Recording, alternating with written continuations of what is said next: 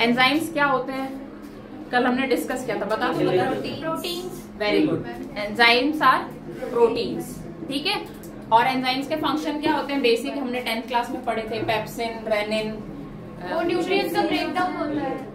हाँ, मतलब कोई भी छोटे मॉलिक्यूल देखो, कन्वर्ट करते हैं। कोई भी काम जो बहुत, मैंने कल भी बताया था कि डिले होने वाला, डिले नहीं कह सकते, जो अपने टाइम में होने वाला था, मान लीजिए कि 8 घंटे में वो पर्टिकुलर फंक्शन या डाइजेशन होने वाला था, ठीक है, उसको वो 4 घंटे के अंदर कंप्लीट करवा देगा, ठीक है।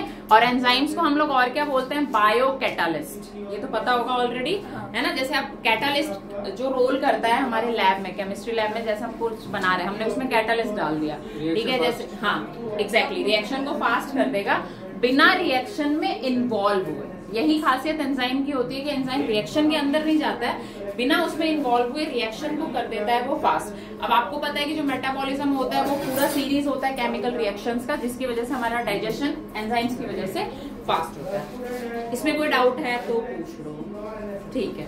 अब हम लॉग की हाइपोथेसिस करेंगे, ठीक है। ये बेसिकली मैकेनिज्म है, ठीक है, कि एंजाइम काम कैसे करता है। सॉरी, ओके, ठीक है। तो लॉग की हाइपोथेसिस एक मैकेनिज्म है, तुम्हारी बुक में इसके पॉइंट्स दिए हुए हैं, बट ये टर्म नहीं, ये पहले जो हमारी बुक्स होती थी उसमें होता था, ठीक है, अब नहीं है, क्योंकि वो शॉर्ट में आपको पता ही है कि एनसीईआरटी है ना, डाइजेशन सब हटा दिया गया है, मुझे बोलने की आवश्यकता नहीं है, तो हम सीधे आते हैं मैकेनिज्म पे। अब लॉग की हाइपोथेसिस पहले मैं ऐसे एक्सप्लेन करती हूँ, फिर आपको बना के पूरा बता दूंगी। If you want you can draw in your book on page number 115। 115 में आपके 4 पॉइंट्स दिए हुए हैं, उसके जस्ट सामने आप सेम बना सकते हो चाहो तो, ठीक है, नहीं तो नो इश्यूज, कॉन्सेप्ट समझ आना चाहिए, ठीक है। अब इसमें लॉग की हाइपोथेसिस में क्या होता है, चाबी और ताला सबको पता है, ठीक है। अब आपको पता है कि सेम उसी की शेप में होता है, जब हम लॉक में की डालते हैं तभी वो इससे इजीली क्या हो जाता है, ओपन हो जाता है, यही कॉन्सेप्ट होता है। एंजाइम भी, एंजाइम के अंदर होते हैं सबस्ट्रेट्स, एक होता है एंजाइम, एक होते हैं सबस्ट्रेट्स, ठीक है। तो जो एंजाइम होता है और सबस्ट्रेट भी एक केमिकल होता है जो पार्टिसिपेट नहीं करेगा, तो ये दोनों मिलके, अब देखो ये है एंजाइम, ठीक है, इसको आप लॉक मान लो, ठीक है, लॉग की हाइपोथेसिस लिखा है मैंने, तो ये है आपका एंजाइम, आपकी बुक में दिया हुआ है E+S = P दिया हुआ है, अलग से दिया हुआ है, अगर तुम्हें दिख रहा है तो, है ना।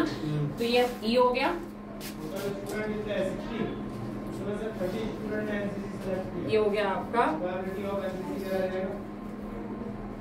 सबस्ट्रेट, ठीक है, यानी कि सॉरी S, प्रोडक्ट चल रहा है ना, ठीक है।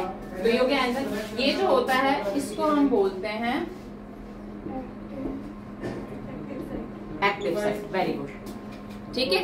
एक ग्राफ दिया हुआ है, वो तुम्हें पढ़ाया होगा, ग्राफ दिया हुआ है, एक्टिवेशन एनर्जी है ना, transition energy, activation energy. Active site मतलब ऐसा साइट जिससे जब सबस्ट्रेट आके, ये लॉक की तरह हो गया, ये तुम्हारी उसकी की यानी कि चाबी हो गई, ताला चाबी, जब ये इससे अटैच होगा, ठीक है, तो ये कुछ इस तरह से फॉर्मेशन करेगा, ये पूरा बाइंड हो जाएगा, ठीक है, ये आपकी बाइंडिंग हो गई, binding of substrate at active site. और जब ये सबस्ट्रेट एक्टिव साइट से बाइंड हो जाता है तो finally it will form ES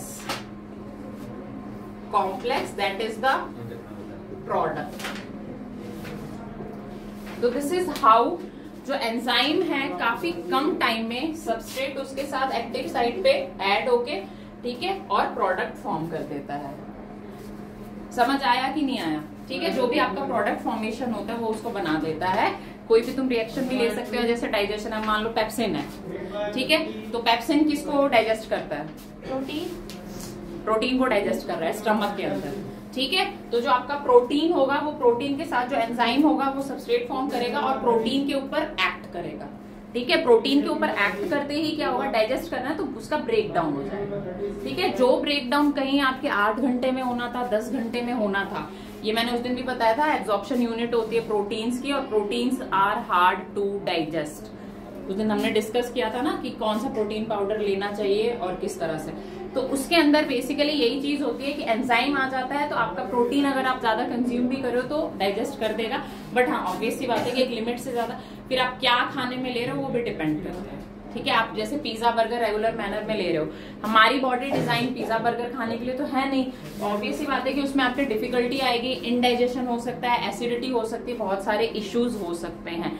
लेकिन जब हम नॉर्मल डाइट लेते हैं अलॉन्ग विद द फाइबर्स, हमारी डाइट में फाइबर बहुत ज्यादा जरूरी होता है, नहीं तो कॉन्स्टिपेशन की समस्या हो सकती है।